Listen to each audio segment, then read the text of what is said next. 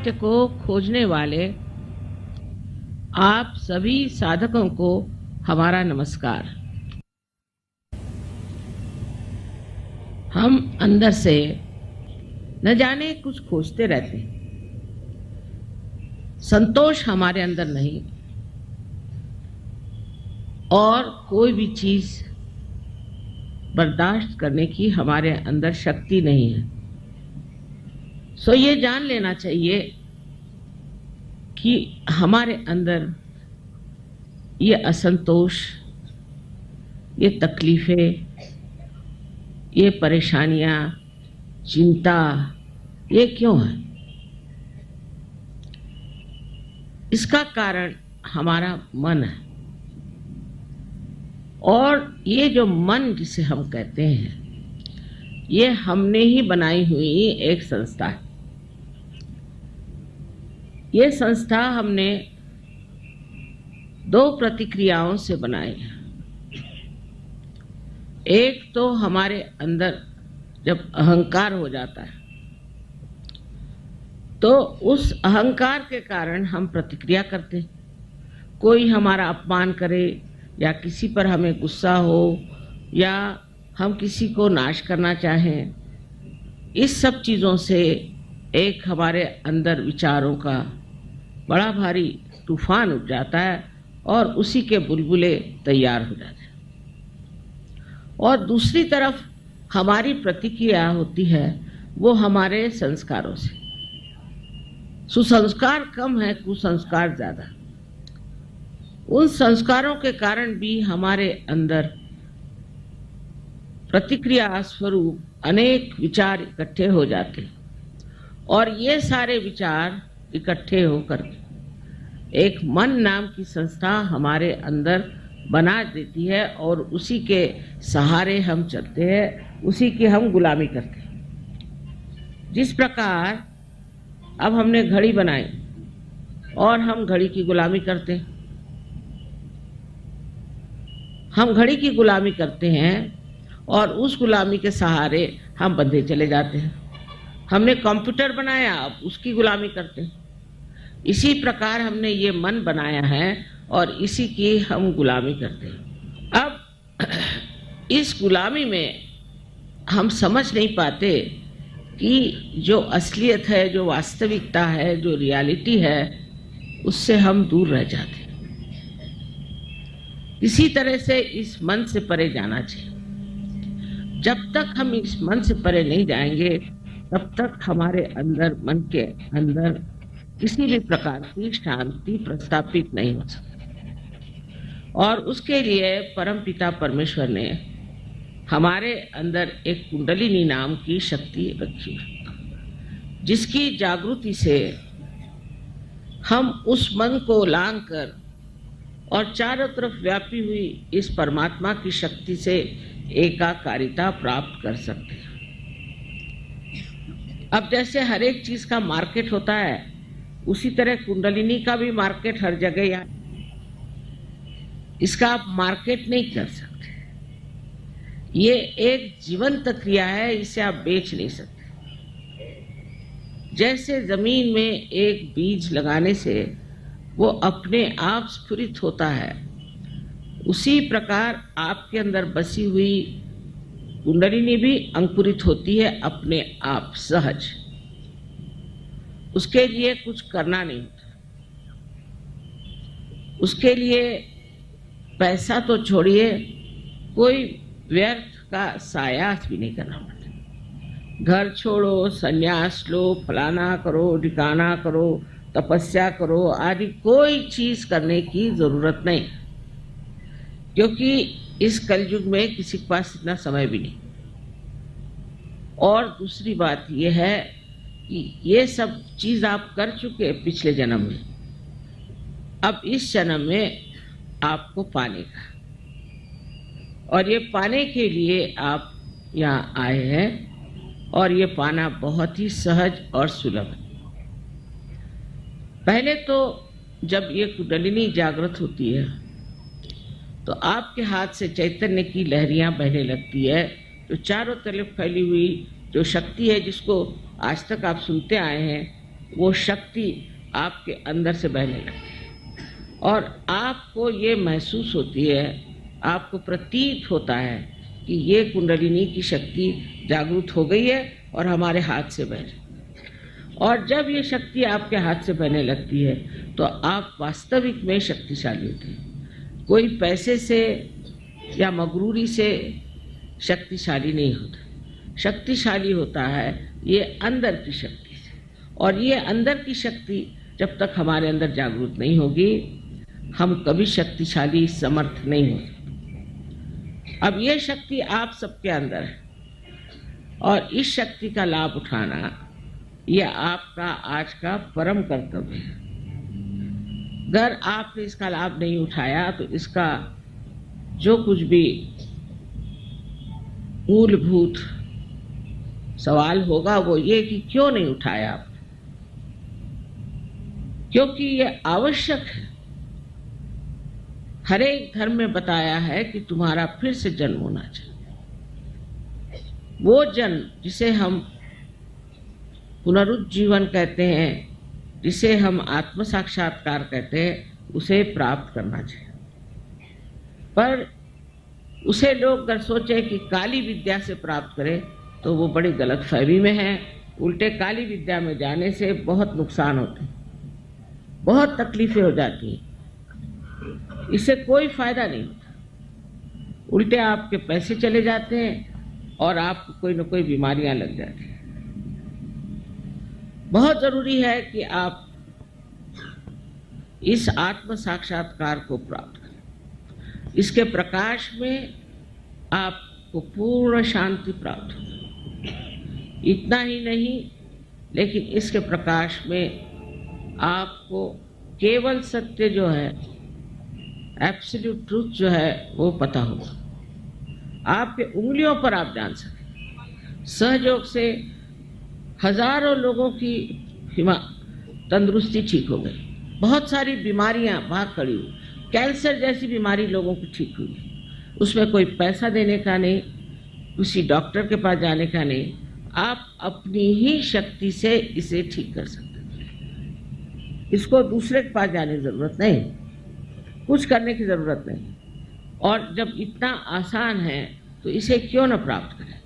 किसी भी प्रकार की आपको अगर दुविधा है, जैसे समझ लो आपके बच्चे पढ़ने लिखने में ठीक नहीं चल रहे, कुंडलिनी के जागरण से मैंने देखा है कि बच्चे क्लास में फर्स्ट आने लग जाते, क्योंकि हमारे अंदर की जो मस्तिष्क की शक्ति है वो न जाने 1000 गुना बढ़ जाती है। मनुष्य जो है असल में चरित्रवान और धार्मिक होता है, असल में, नकली नहीं। नहीं तो सवेरे जाओ मंदिर में और शाम को और सबको मारो पीटो करो।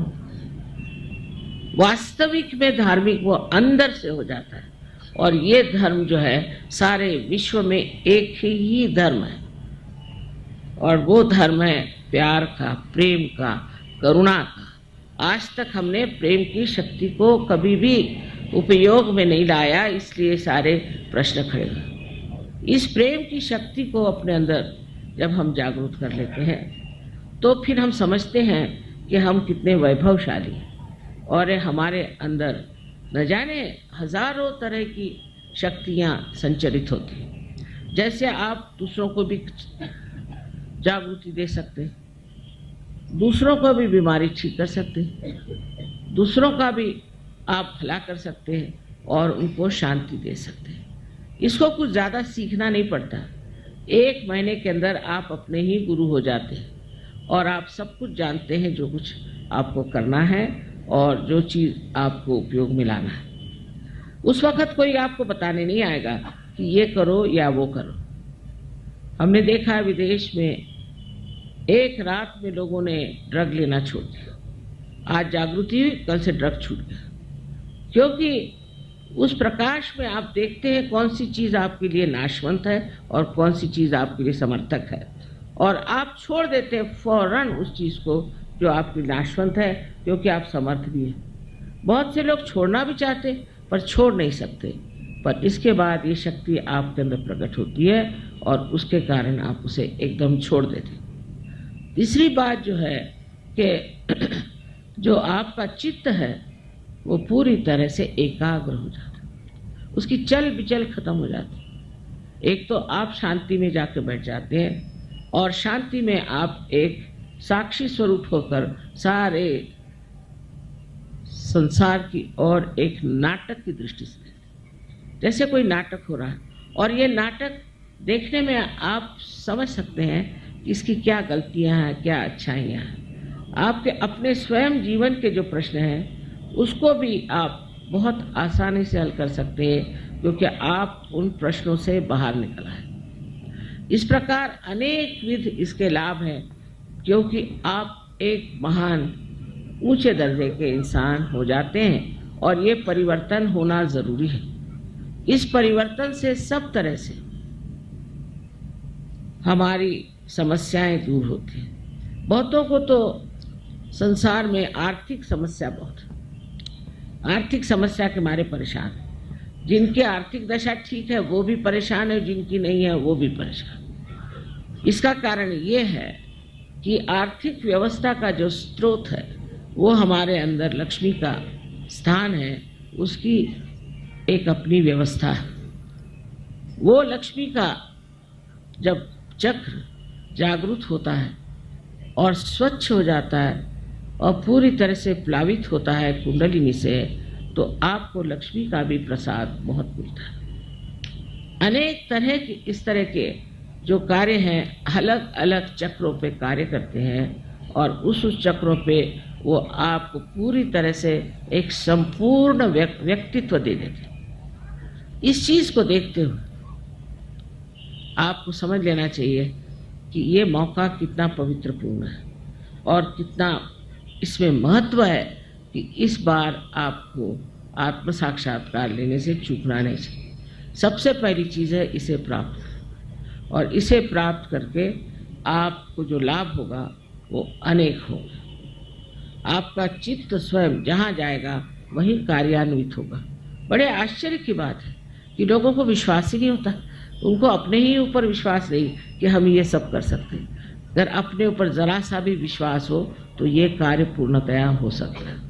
सबसे तो बड़ी बात यह है कि आपको किसी भी चीज़ की थकान नहीं होती। आपकी उम्र जो है जैसे कि वैसे ठहर जाती और कितना भी कार्य करो तो भी ऐसा लगता नहीं कि आपने बड़ा काम किया, आपने बड़ी मेहनत करी। और बड़ा आश्चर्य लगता है कि कैसे प्रसाद रूपेण हर तरह के प्रसाद आपको मिलते हैं। ये सब चीज़ें अनुभव करने की हैं, पर इसके लिए लोग चाहिए विशेष।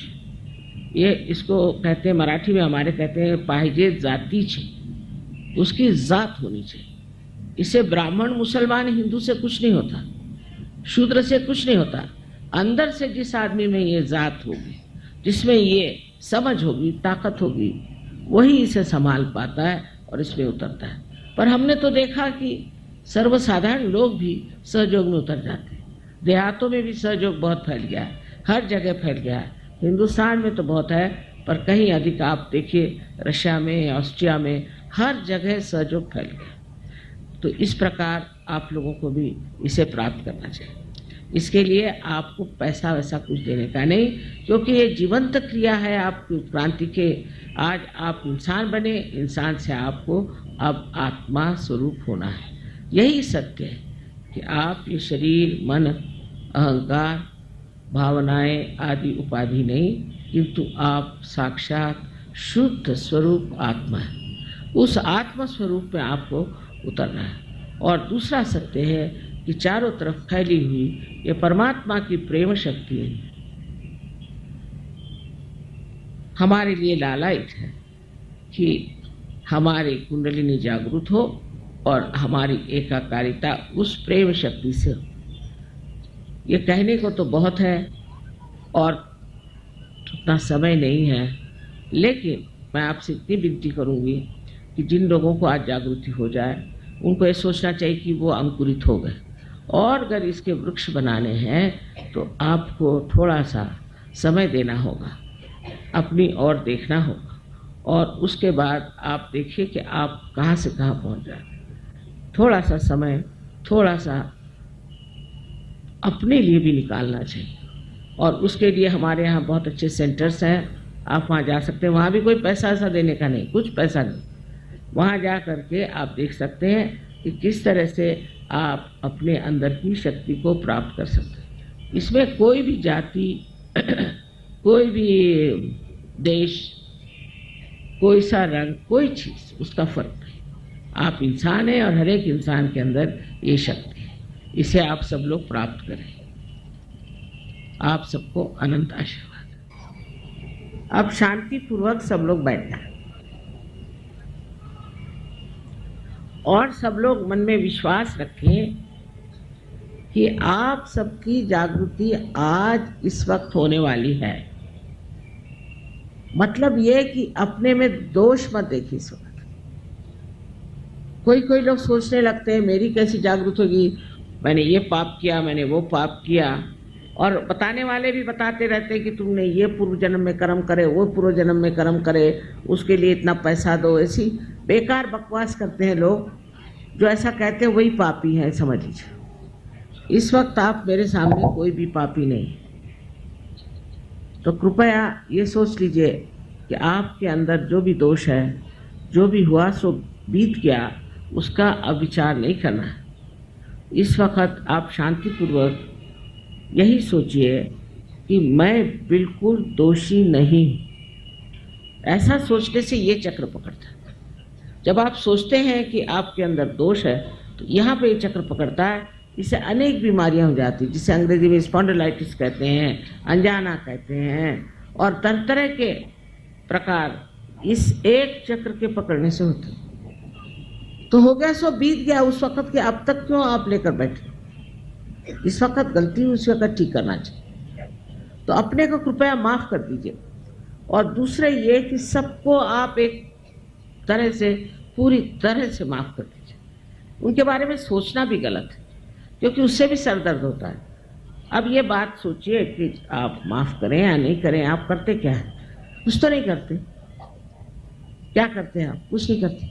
लेकिन जब आप माफ नहीं करते तो अपने को छलते हैं, सताते हैं उन लोगों के लिए जिन्होंने आपको सताया। इसलिए आप पूरे मन से इन सब को माफ कर दीजिए एक साथ। उसमें उनके बारे में सोचने की भी ज़रूरत है।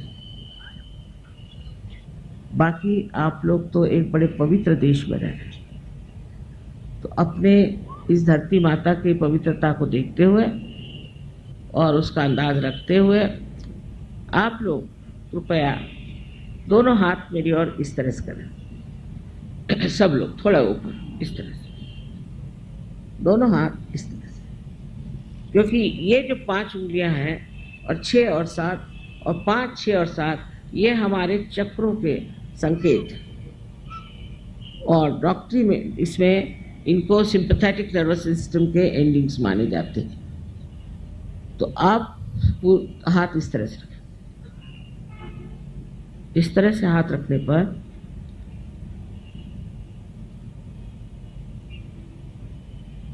चाहे तो आप चश्मा निकाल लें, कोई ज़रूरी नहीं।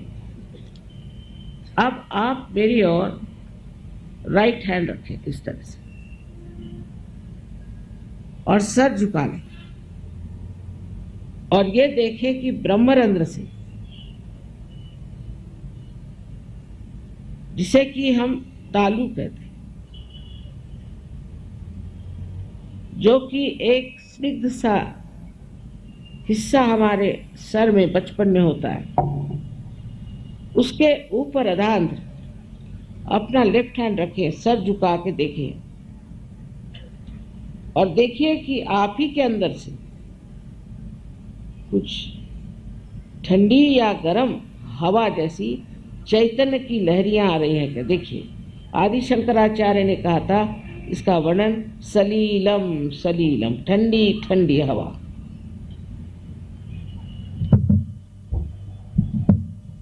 आशा आपने जूते उतार लिए होंगे और जो लोग कुर्सियों पे बैठे हैं दोनों पैर अलग कर लें, बाकी सब ठीक है। अब देखिए आ रहा है क्या चैतन्य का प्रवाह? आप ही के सर से आ रहा है क्या? आप शंका मत करिए, ठंडा या गर्म। अगर गर्म है तो इसका मतलब है कि आपने अपने को क्षमा नहीं की या दूसरों को क्षमा नहीं की, तो अभी कृपया आप क्षमा करिए। किसी किसी को दूर तक आता है, किसी को नजदीक आता है, पर सर को छूते हुए हाथ मत रखिए, ऊपर। अब आप लेफ्ट हैंड मेरी ओर, और फिर से सर झुका के राइट हैंड से देखें कि आपके तालू भाग से कुछ ठंडी या गरम गरम हवा आ रही है।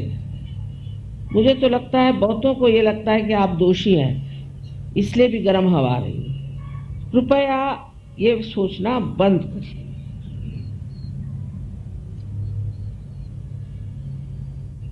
अब एक बार, आखिरी बार, फिर से राइट हैंड मेरी ओर, सब लोग करें।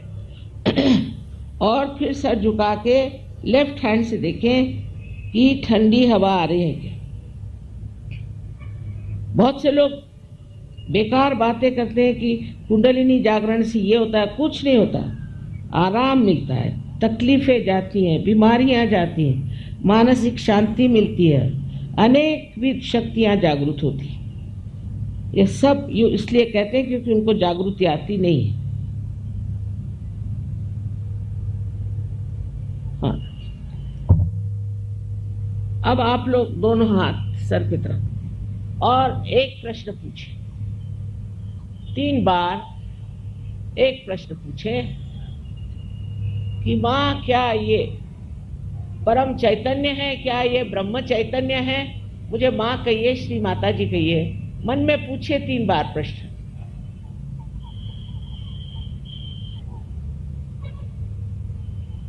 अब हाथ नीचे ले लीजिए। अब दोनों हाथ मेरी ओर करके इस तरह से, और मेरी ओर देखें और सोचिए नहीं, मेरी ओर देखिए और सोचिए। किसी किसी को नीचे से हवा आ रही हो तो वो नीचे से उठा के ऊपर ले जा सकते हैं, इस तरह से 2-3 बार करने से ऊपर आ जाए। मेरी ओर देखें, विचार से परे, माने विचार न करें, वो कर सकते हैं। इस तरह से आप अपने मन से परे उठते हैं और आपके अंदर निर्विचार समाधि स्थापित हो गई।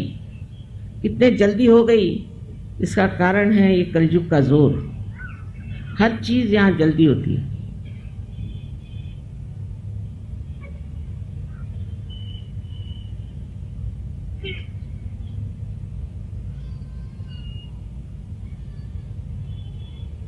अब देख लीजिए, कोई पेड़ हिल नहीं रहा, कोई फूल हिल नहीं रहा, लेकिन ठंडी हवा आ रही।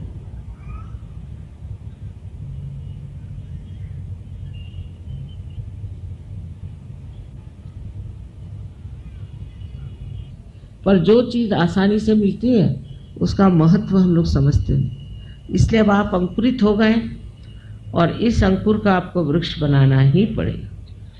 यह आपका कर्तव्य है अपने प्रति। और जब ये बनेगा तो आप भी हजारों को ठीक कर सकते हैं, यहाँ की दुर्दशा ठीक कर सकते हैं, सब में परिवर्तन ला सकते हैं।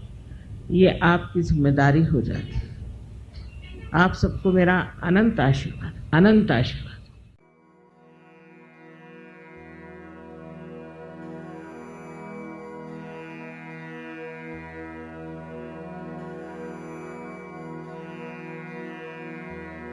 Mm.